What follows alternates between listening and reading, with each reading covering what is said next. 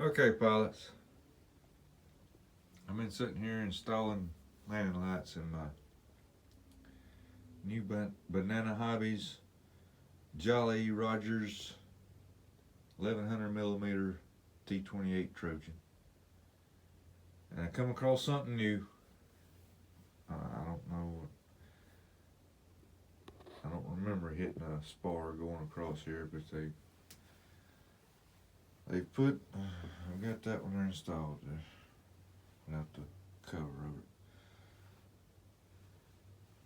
it. But right here, back behind this bulb.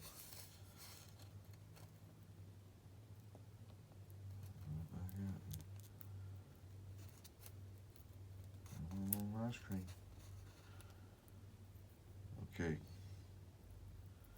What I attempted to do first was put a hole through here and come out up there at the servo leads and the lead for the LED to the wingtip that's right here. You can see it right here on top. But as I was pushing my owl through to make my hole, I hit a spar right there. That's right there in the path that's going right up there. So I'm going to have to make the hole and bore out up underneath that spar to get that shrink wrap from the bulb to go somewhere. And then the lead has got to come back up after I've put the bulb in.